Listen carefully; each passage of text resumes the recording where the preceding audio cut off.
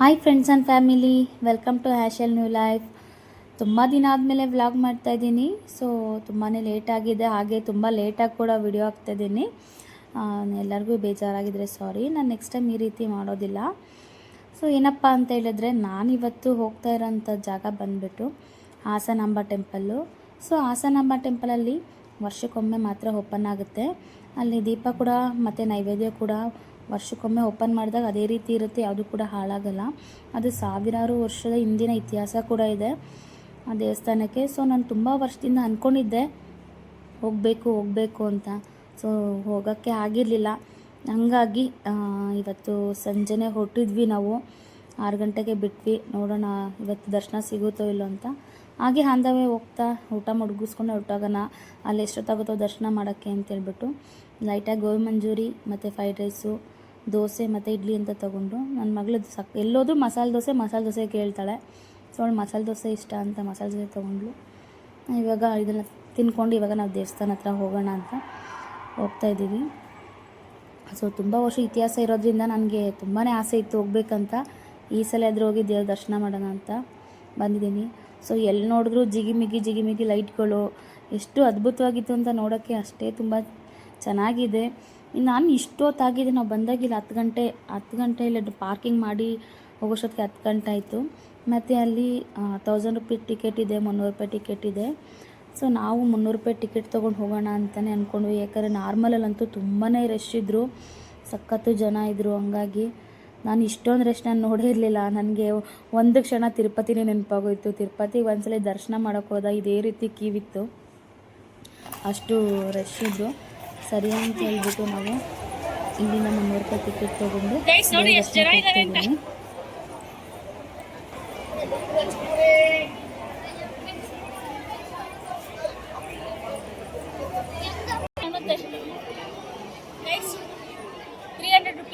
ತಗೊಂಡು ಈಗ ಒಳಗಡೆ ಹೋಗ್ತಾ ಇದೀನಿ. ಸಿಕ್ಕಾಪಟ್ಟೆ ರಶ್ ಇದ್ದಾರೆ, ನಾರ್ಮಲ್ ಹೋಗಕ್ಕಾಗಲ್ಲ ಅಂತ 300 ರೂಪೀಸ್ ಕೊಟ್ಟು ಹೋಗ್ತಾ ಇದ್ದೀನಿ. ಸೊ ಬನ್ನಿ ಹೋಗೋಣ.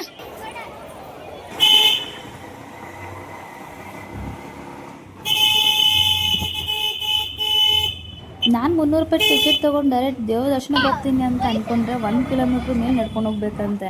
ಅದಕ್ಕೆ ಆಟೋದವರು ಇಲ್ಲ, ಒಬ್ರಿಗೆ 20 ರೂಪಾಯಿ ಅಂದರು. ಸೊ ಹಂಗಾಗಿ ಆಟೋದಲ್ಲಿ ಬಂದರು. ಇಲ್ಲಿ ನೋಡಿದ್ರೆ ರೋಡಲ್ಲಿ ತುಂಬ ಜನ ಕ್ಯೂ ನಿಂತಿದ್ರು. ಆ ಕ್ಯೂನೆಲ್ಲ ಮುಗಿಸ್ಕೊಂಡು ಒಳಗಡೆ 2.5-3 ಅವರ್ ಆಗೋಯ್ತು ನಾವು ದರ್ಶನ ಮಾಡೋಷ್ಟೊತ್ತಿಗೆ. ಹಂಗೋ ಹಿಂಗೋ ಒಳಗಡೆ ಹೋಗ್ತಾಯಿದ್ದೀವಿ. ಅವೆಲ್ಲ ಕ್ಲೋಸ್ ಆಗಿಬಿಡುತ್ತೆ, ಬೇಗ ಹೋಗಬೇಕು ಅಂದರು. ಯಾಕಂದರೆ ಈ ಗೇಟ್ನ ದಾಟಿಬಿಟ್ರೆ ಹೆಂಗೋ ಒಳಗಡೆ ಹೋಗ್ಬಿಡ್ಬೋದು, ಇಲ್ಲಾಂದರೆ ಈಚೆನೇ ನಿಂತ್ಕೋಬೇಕಾಗುತ್ತೆ. ಇನ್ನು ಬೆಳಗ್ಗೆ 3 ಗಂಟೆಗೆ ಓಪನ್ ಆಗೋದು, ಅಲ್ಲಿವರೆಗೂ ನಾವು ಕಾಯಬೇಕಾಗುತ್ತೆ. ಸೊ ಬನ್ನಿ, ದೇವ್ರು ಎಲ್ರಿಗೂ ಒಳ್ಳೇದು ಮಾಡಲಿ, ನನಗೂ ಒಳ್ಳೇದಾಗಲಿ. ಬನ್ನಿ ದೇವ್ರ ದರ್ಶನ ಮಾಡ್ಕೊಂಡ್ವಿ. ಸೊ ನೋಡಿ, ದೇವ್ರ ದರ್ಶನ ಮುಗಿಸ್ಕೊಂಡು ಒಳಗಡೆ ಎಷ್ಟು ಅದ್ಭುತವಾಗಿ ಮಾಡಿದ್ದಾರೆ ಅಂದರೆ ಅಷ್ಟು ಅದ್ಭುತವಾಗಿತ್ತು. ತುಂಬಾ ಖುಷಿ ಆಯಿತು. ಯಾವತ್ತೂ ಇಲ್ಲಿ ಬಂದಿಲ್ದವಳು ಇವಾಗ ಬಂದು ಇಲ್ಲಿ ತುಂಬ ವರ್ಷದಿಂದ ಆಸೆ ಇತ್ತು ನನಗೆ, ಹಾಸನಾಂಬ ತಾಯಿ ದರ್ಶನ ಮಾಡಲೇಬೇಕು ಅಂತ. ಈ ಸಲ ದರ್ಶನ ಮಾಡಿದ್ದಕ್ಕಂತೂ ನನ್ನ ಮನಸ್ಸಂತೂ ತುಂಬಾ ತೃಪ್ತಿ ಆಯಿತು, ತುಂಬಾ ಖುಷಿ ಆಯಿತು ನನಗೆ. ಸೊ ಅಲ್ಲೆಲ್ಲ ಒಂದು ಈಚೆ ಬಂದು ವಿಡಿಯೋಗಳನ್ನ ಮಾಡ್ಕೊಂಡ್ವಿ, ಯಾಕಂದರೆ ಒಳಗಡೆ ಎಲ್ಲ ವಿಡಿಯೋ ಮಾಡೋಕ್ಕೆ ಬಿಡೋಲ್ಲ.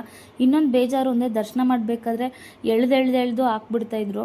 ಅದೊಂದು ನನಗೆ ಸ್ವಲ್ಪ ಬೇಜಾರಾಯಿತು. ಕಣ್ತುಂಬ ದೇವ್ರನ್ನ ನೋಡೋಕ್ಕಷ್ಟು ನಿಂತ್ಕೊಂಡು ಆಗೋದಿಲ್ಲ, ಜನ ರಶ್ ಇರ್ತಾರಲ್ಲ, ಹಾಗಾಗಿ.